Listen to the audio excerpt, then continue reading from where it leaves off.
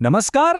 ચાલો આજે જીવવિજ્ઞાનની એક એવી અદ્ભુત દુનિયામાં જઈએ જે આપણી આસપાસ સતત ધબકતી રહે છે, પ્રાણીઓમાં પ્રજનન.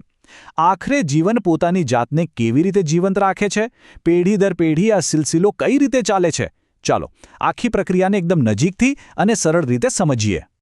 ક્યારેય વિચાર્યું છે કે પેલું નાનકડું બિલાડીનું બચ્ચું હોય કે ગલુડિયું કે પછી મરઘીનું પીલું, આ બધાની શરૂઆત ક્યાંથી થતી હશે?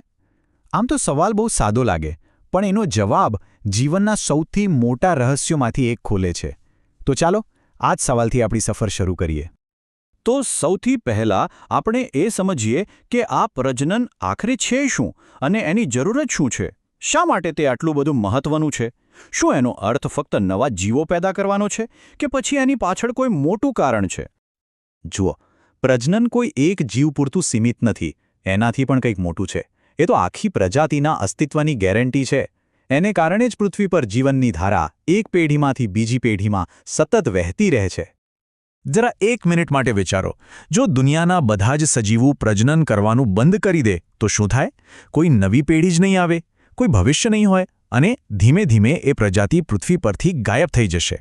બસ આ એક વિચાર જ પ્રજનનનું મહત્વ સમજાવવા માટે પૂરતો છે, ખરું ને? સારું, તો આપણે એ તો સમજ્યા કે પ્રજનન કેટલું જરૂરી છે. પણ હવે સવાલ એ છે કે શું બધા જીવો એક જ રીતે પ્રજનન કરે છે? ના, બિલકુલ નહીં. કુદરતે જીવનને આગળ વધારવા માટે મુખ્યત્વે બે અલગ અલગ રસ્તા બનાવ્યા છે. ચાલો એ બંને રસ્તાઓને જાણીએ.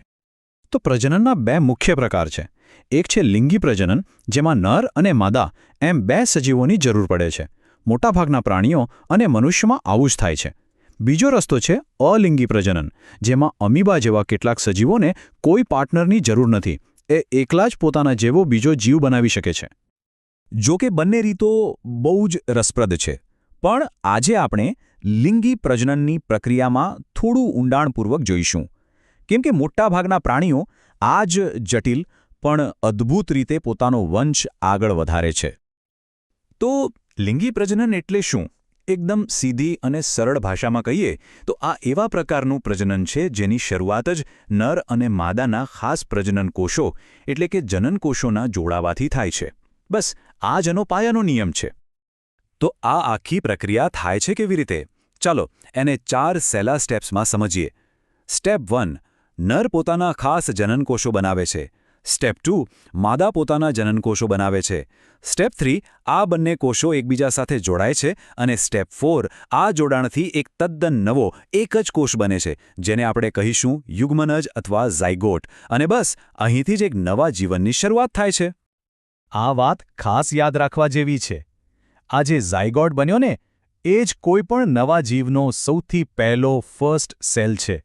આપણી બધાની શરૂઆત પણ આવા જ એક કોષથી થઈ હતી. ઓકે, તો આપણે પ્રોસેસ તો સમજી ગયા, પણ આ પ્રોસેસને શક્ય બનાવતા અંગો કયા છે? ચાલો હવે એ જોઈએ. સૌથી પહેલાં નર પ્રજનન તંત્ર પર એક નજર નાખીએ. નર પ્રજનન તંત્રમાં મુખ્યત્વે 3 ભાગો હોય છે. એક જોડ શુક્રપિંડ, જે એક ફેક્ટરી જેવું કામ કરે છે. 2 શુક્રવાહિનીઓ, જે પાઇપલાઇન જેવી છે. અને 1 શિશ્ન. આ ત્રણેય ભાગો સાથે મળીને કામ કરે છે.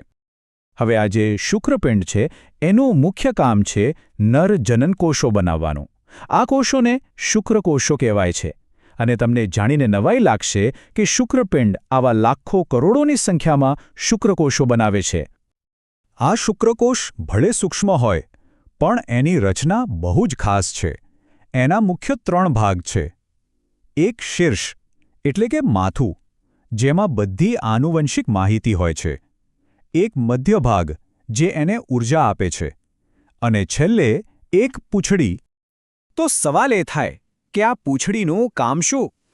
વેલ, આ પૂંછડી જ શુક્રકોષને ગતિ આપે છે, એને તરવામાં મદદ કરે છે, જેથી તે માદા જનનકોષ સુધી પહોંચી શકે. તો આ થઈ નર પ્રજનન તંત્રની વાત. પણ આપણે જાણીએ છીએ કે આ એક ટીમ વર્ક છે. એટલે આ વાર્તાનો બીજો અને એટલો જ મહત્વનો હિસ્સો પણ છે. ચાલો હવે માદા પ્રજનન તંત્રને સમજીએ. માદા પ્રજનન તંત્રના પણ 3 મુખ્ય ભાગ છે. એક જોડ અંડપિંડ, જ્યાં માદા જનન કોષો બને છે. બીજું છે અંડવાહિનીઓ, જે આ કોષોને આગળ લઈ જવાનો રસ્તો છે. અને ત્રીજું છે ગર્ભાશય, જ્યાં નવા જીવનો વિકાસ થાય છે. જેમ નરમાં શુક્રપિંડ હોય છે એમ માદામાં અંડપિંડ હોય છે અને એનું કામ છે માદા જનન કોષો ઉત્પન્ન કરવાનો. આ કોષોને આપણે અંડકોષ અથવા ઓવા કહીએ છીએ. તો હવે આપણી પાસે બંને ટીમના ખેલાડીઓ તૈયાર છે. એક તરફથી નર જનનકોષ અને બીજી તરફથી માદા જનનકોષ. હવે એ જોવાનો સમય છે કે જ્યારે આ બંનેનું મિલન થાય છે ત્યારે જીવનની અદ્ભુત રમત કેવી રીતે શરૂ થાય છે. અને આ જ છે એ જાદુઈ ક્ષણ જ્યારે એક શુક્રકોષ અને એક અંડકોષ મળે છે ત્યારે બને છે ઝાયગોટ. અને આ નાનકડો ઝાયગોટ જ એક સંપૂર્ણપણે નવા જીવના અસ્તિત્વનો પાયો છે. ફક્ત એક કોષ અને એમાંથી એક આખા સજીવનું નિર્માણ. આ સફર કોઈ ચમત્કારથી ઓછી નથી. પણ આ એક કોષમાંથી આખું શરીર કેવી રીતે બને છે, એનો વિકાસ કેવી રીતે થાય છે? વેલ, આ સવાલનો જવાબ જીવવિજ્ઞાનની એક બીજી એટલી જ રોમાંચક કહાણી છે. આ વિચાર સાથે જ આપણે આજની ચર્ચા અહીં સમાપ્ત કરીએ છીએ.